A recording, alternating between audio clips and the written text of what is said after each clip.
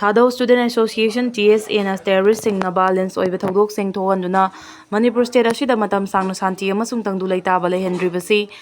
state asida active oina operate tawriba terrorism singi mathakta khudakta action lokhatpiu haina taksinkhre hairi TSA gi cherol amada mamang tha me 13 da Kangpokpi district Kotlen amasung Kojim khulani gi marakta terrorist-singna ambush tawduna Thado church lu chingba ahum yauna driver ama hatkiba miyoi mangana aso apanangan kiba thawdo adugi matung tarakpada Manipur state asida law and order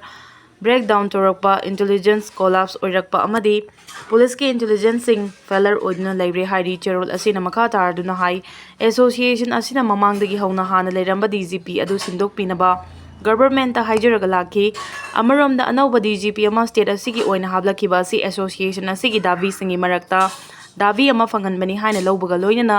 asigumba state asigi yamna luraba tanpham asida state amasung central government na lokalaliba khongthang asida thagatpa phongduragli TSA na Manipur gi anauba DGP asina miyamna pamliba law and order ga mari leinaba thabak sing ningthina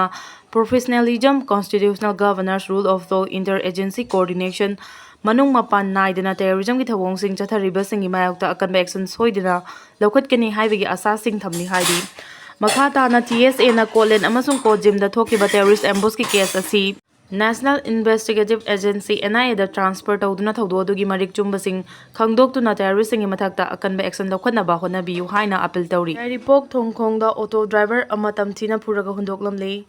Thawbal district ki manung Chenba Yaripok thongkhong da ngase ayu anganba pung 3:10 rum taba matamda masak khangdaba miyoi kharana auto rickshaw driver ama tamthina phuraga hundoklambadagi Jenims talaikan akhre hairi laikan nariba miyoi adugi maming MD Safir Elias Safiruddin Singa mayum Yankai apokpa MD Kasim Kawi Khidongda mamang laikai dagini hairi pau sina hai soklaba MD Safir Yaripok laimanai thongkhongda soklaga taduna leiramba adu manak nakpada leiramba miyoi singna thengnarakpadagi hospital da pukhatuna laikanakhibani mahak auto aduda mana masing puraga khoiraman kaithelda pot yonaba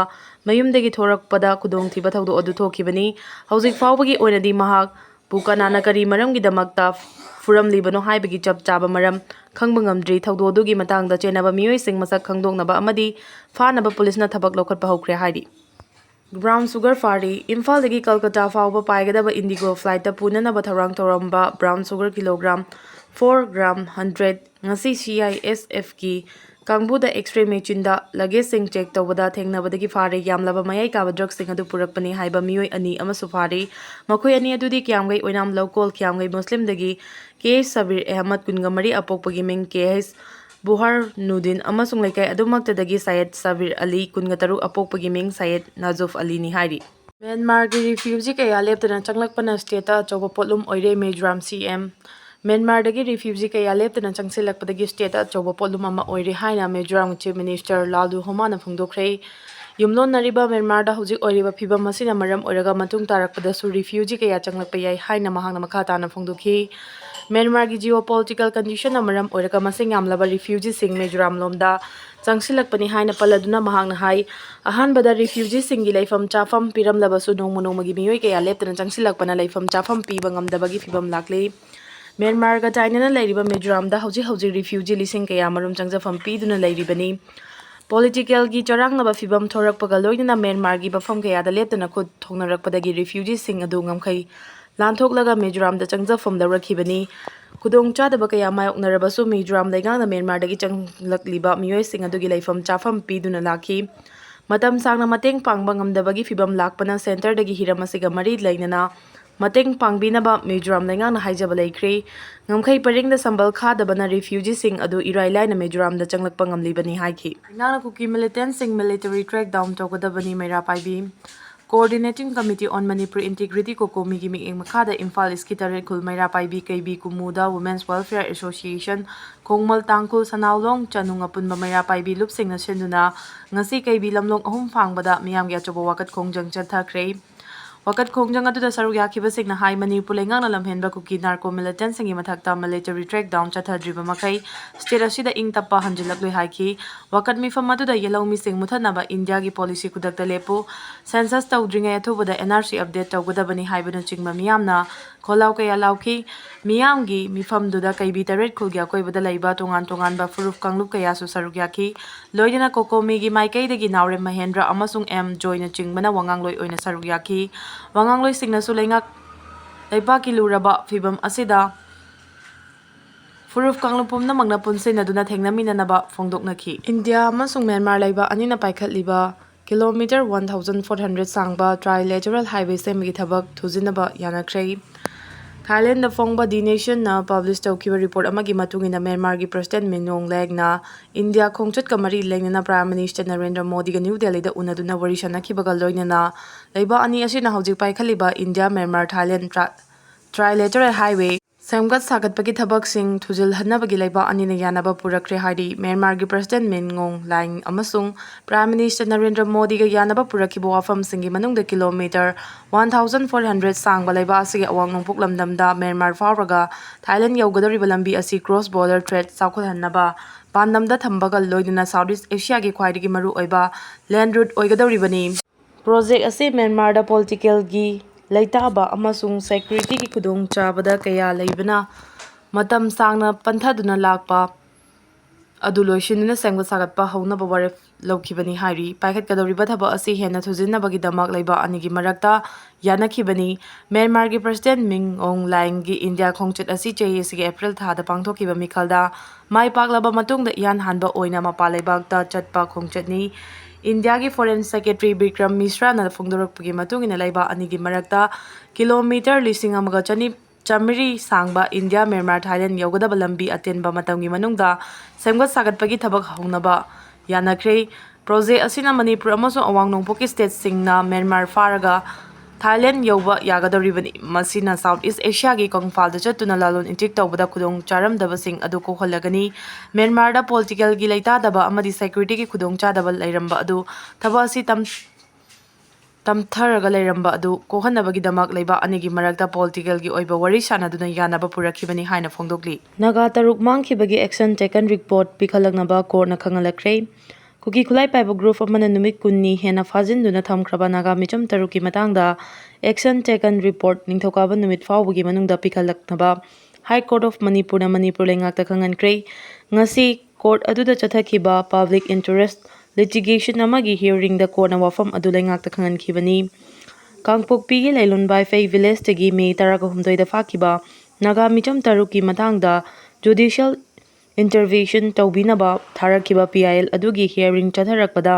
wakalakiba singi council na courta wafam kaya thamki Advocate D. Julius Liangmai na phongdokibada PIL adunaga Lawyer Association Manipur gi president su oiriba advocate Mark Kapai na petitioner oiduna PIL adu tharakibani wakat aduda state amasung central government na mari leinaba agency single loinana thiba khangdana leiriba miyoi sing adu mari makhong thidoktuna asoyangam yaudana athubada halalaknaba court na mieng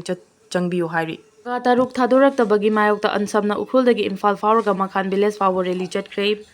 All Naga Student Association Manipur ansam nangasi ukhruldagi Imphal fawraga Kangpokpi district ki Makhan village fawba rally ama chatuna Kuki military chignabasingna fajinkhibadagi ngasi fawba mafam khagdana leiriba naga taruki imung manungi miyoi singa unakre naga sing adu mamang thagi taraga humdoida kulai paiba singna fajinkhibani ngasi ansamna senuna chatkiba lamsang rally adugi mangoinana loop adugi luchingba singna phongdokhibada fajinduna thamkhiba miyoi taruki imung manung unaduna makhoi gi awabada saruk yaba amasung mari leinaba authority da soyangam yaudana thadokhanaba taksenduna rally adu pangthokpani naga mahiroi singi khwaidagi wangba luf aduna Manipur lengak amasung mari leinaba authority da fajinduna thamkraba naga taruk adu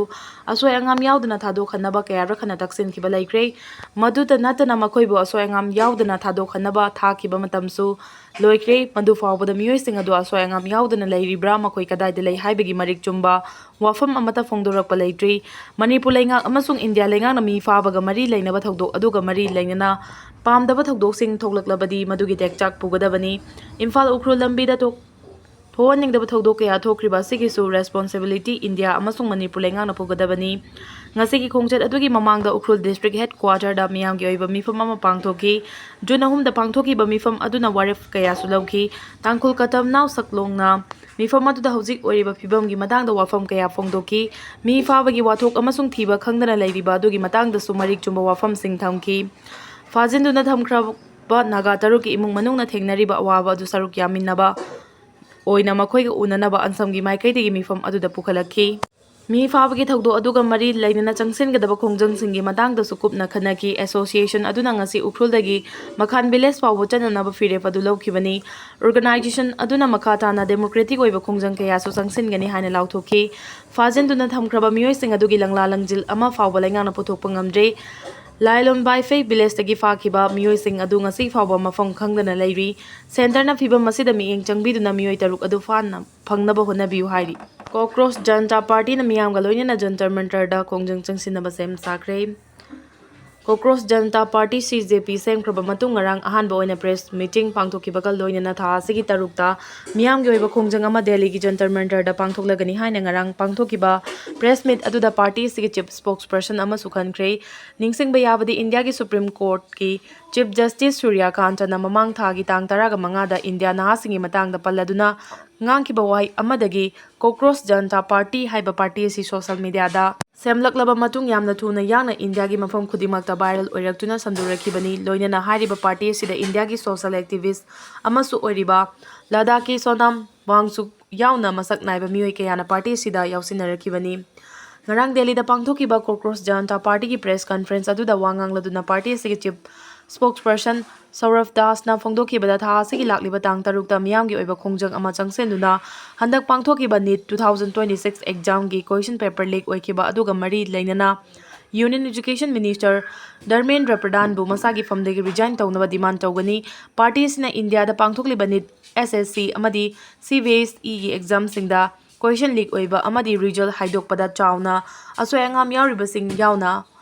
Atay atopa isu kaya na maram oraga laibak asigi maheroi nupa amadi nupi singi tungi lambida chawna kaiba mapiri masigi damak party asina lainga amadi education minister dagi paukum ama pami haina phongdokhi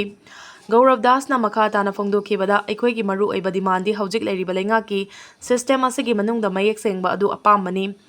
education minister Dharmendra Pradhan bu maha ki fam thadongnaba miyoi lak